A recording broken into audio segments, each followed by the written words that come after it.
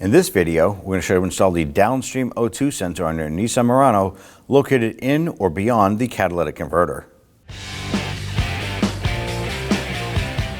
With the hood open, I'm going to go ahead and locate the battery on the driver's side of the engine compartment. Go ahead and clean this up here. We're going to use a little bit of spray solvent. Always wear safety glasses when doing something like this.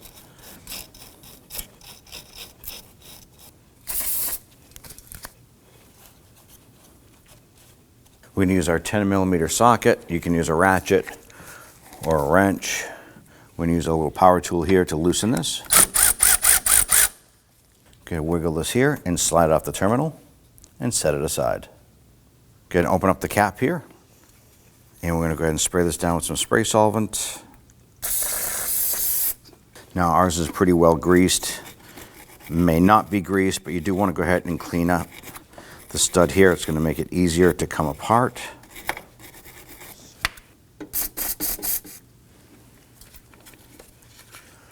Good, use your 10mm socket to loosen this. And go ahead and twist this off. We'll disconnect our cross brace here. It's a 10mm nut here, one here. There's also a bracket here for the computer that attaches to it, so we want to go ahead and loosen that nut and remove it as well. I'm going to spray this down with a little bit of a penetrant. I'm going to use our 10mm socket to loosen the nuts. We're going to be reusing this hardware, so don't lose that. Set that aside.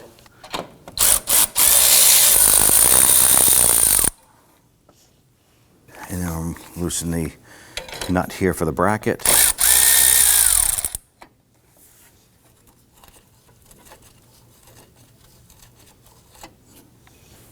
Go ahead and slide that off. This is a J bolt, and it's shaped like a J, and it hooks underneath to secure. Take that out and set that aside. I'm going to go ahead and clean this off.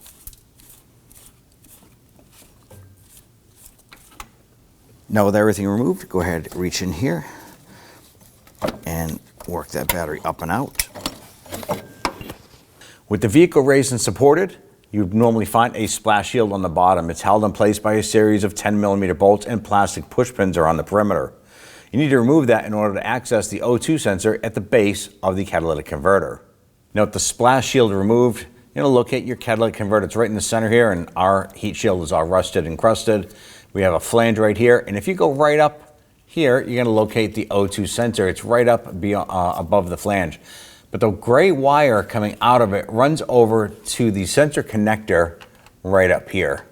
Now I'm going to use my flathead screwdriver. I'm going to press in on the little tab right here. I'm going to press on that gently, and then I'm going to reach up and I'm going to grab that wire and pull that connector off. With that disconnected, we can now focus on the O2 sensor in the pipe itself. Now right here is our O2 sensor. We're going to slide our O2 sensor socket on here. Now what I'm using here is a wobbly head socket. It's going to allow me to get this up inside here and get it away so I can use my impact gun. A swivel may not work because it would hit on its way down. All right, let's get our impact gun on. Yeah, let's give this a shot. Now I know that it worked because there was a mark on the side of my sensor here. So I know that that rotated. It's just not free enough by hand yet. There it is. I just put my socket on there and I'm just kind of rotating that. You could always spray a little bit of rust penetrant in here as well to help with those threads, but our sensor is free. Now I'm grabbing the connector and I'm rotating it as I spin this out.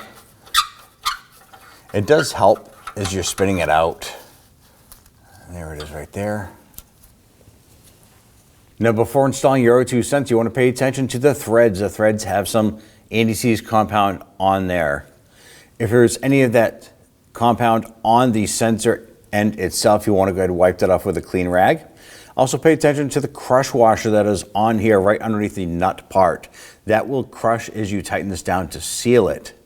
I'm going to go ahead and get this started. I'm going to feed this up and drop it down inside. Now as we start to thread this in, we're going to rotate the harness with it. That prevents that harness from binding up and potentially breaking wires even before you get the vehicle up and running.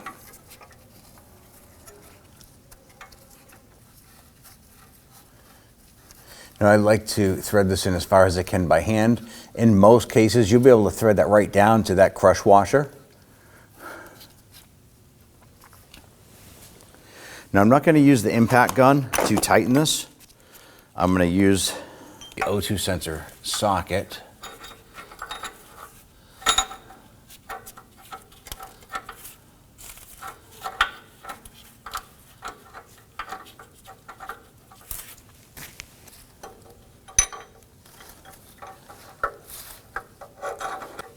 We are going to snug that. Okay. Now I'm going to put my ratchet on this. Now as you're tightening this here, you're going to feel that crush washer start to compress. You're going to feel a little bit of resistance.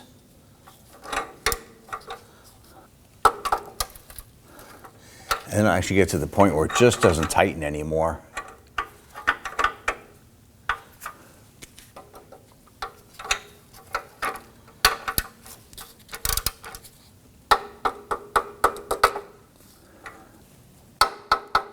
All right, that's it. It is pretty tight. I'm going to remove this here. And then you can also look up on the side here. You can see that that crush washer is seated and it just can't go anymore. That's perfect. At this point here, we're going to go ahead and run our wire up. Now this here has a retainer on it. Now the factory harness is already locked up in place. You don't need this one here. If the factory retainer had broken off of the other end of the harness, you can simply use this one here. But we're going to remove it. We're just going to pop it off with our flathead pocket screwdriver. Just going to pop that off there.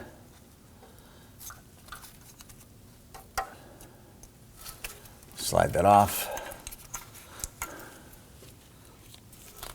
So there it is there. I'm just going to run this up and over. And line it up, push it in, you're going to hear it and feel it click into place. Now the last thing you want to do is make sure that that wire harness is tucked away from the exhaust itself. And at this point here, there's probably a retainer for this somewhere, but it's probably rotted off. So what I'm going to do is I'm going to simply use a plastic wire tie, and I'm going to anchor this up and away.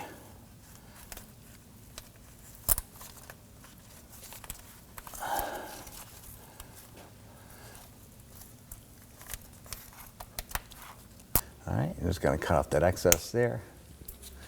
All right, now that we have our O2 sensor installed, we're going to go ahead and install the lower splash shield.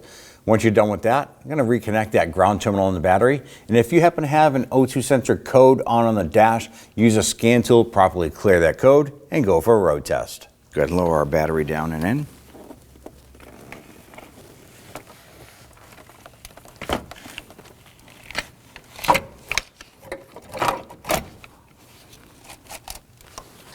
Now installing our side hook here, it has the J hook on it.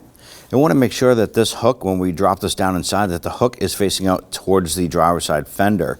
So we're going to lower this down, fit that inside this little slot beside the battery, and hook that up. Then we're going to feed this through here. And while holding that so that that doesn't drop down inside, go ahead and install the nut. Now, when we go to tighten this down later on, we are going to have to grab that rod and pretty much hold it into that area.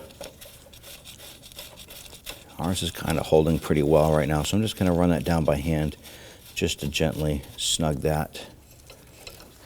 Now that we have that J-hook installed on the other side, we're going to run this nut down, and then we're going to get that nut started on the bracket here for the computer. What we want to do is we want to position the battery so that our brace here runs pretty much between the two caps. If it's not lined up, you can simply take the battery and slide it left or right inside the tray to get that to line up.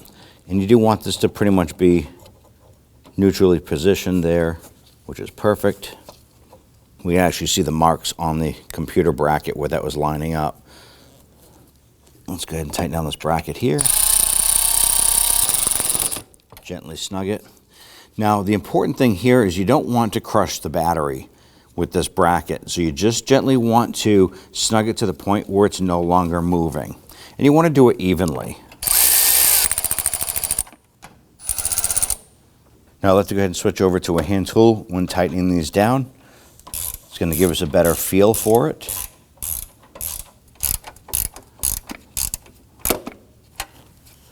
All right, it's not moving, pretty snug, so we're good there. Let's now go ahead and continue over to installing the positive terminal.